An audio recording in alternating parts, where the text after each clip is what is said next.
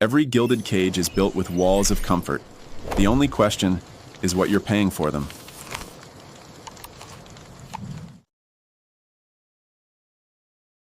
You've probably heard the term the Great Reset. Love it or hate it, it's become a huge flashpoint for debate. But what's actually in the book that started it all? Let's go beyond the headlines and really unpack what its authors, Klaus Schwab and Thierry Maurer, actually had to say. Right from the very beginning, the book hits you with this.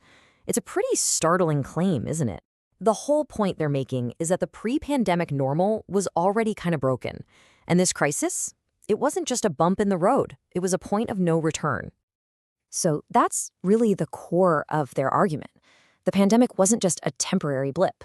They frame it as this deep, fundamental crisis, an inflection point that basically pulled back the curtain and exposed all the cracks that were already there in our world.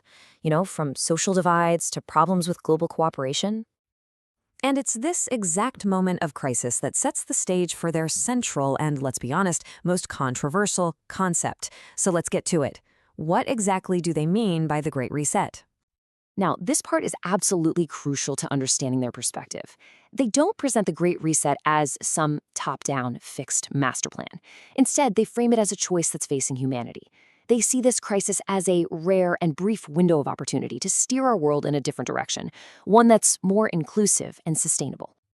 And to really drive home the scale of this opportunity, they make a pretty powerful historical comparison. They argue that while a pandemic obviously isn't a war, its transformative power is on par with something like World War II. Think about that. WWI didn't just tweak the system, it fundamentally reshaped the entire global order. That's the level of change they're talking about. Now, the book argues this reset isn't just happening in a vacuum. It's happening in a world that's already being shaped by three huge accelerating forces that make this moment totally unique. Let's break them down. The first force is interdependence. The authors use this great metaphor. Humanity isn't in over 100 separate boats anymore. Now we're all in separate cabins, but we're on the same ship. A problem in one cabin or one country is inevitably going to affect everyone else on board. The second force is velocity. Thanks to technology, everything has just gotten so much faster. Crises, information, social movements, they all unfold at breakneck speed. The pandemic was a perfect, if terrifying, example of this. It went from a local outbreak to a global crisis in just a matter of weeks. And the third force is complexity. Our global systems, from finance to supply chains, are made of countless interconnected parts. This makes them really, really unpredictable. The book notes that a tiny change in one little component can lead to these huge, surprising effects somewhere else. The butterfly effect. This global risks map here, which they reference in the book, is a perfect illustration of what they mean by complexity.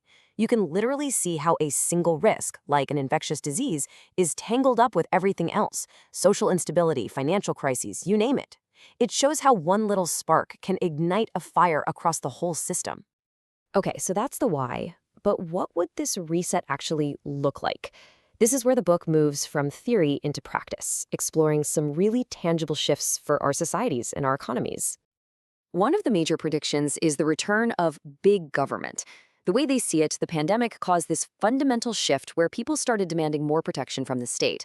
So they foresee governments taking a much more active role in the economy, beefing up social safety nets, getting involved in markets, and, paying for it all with higher taxes.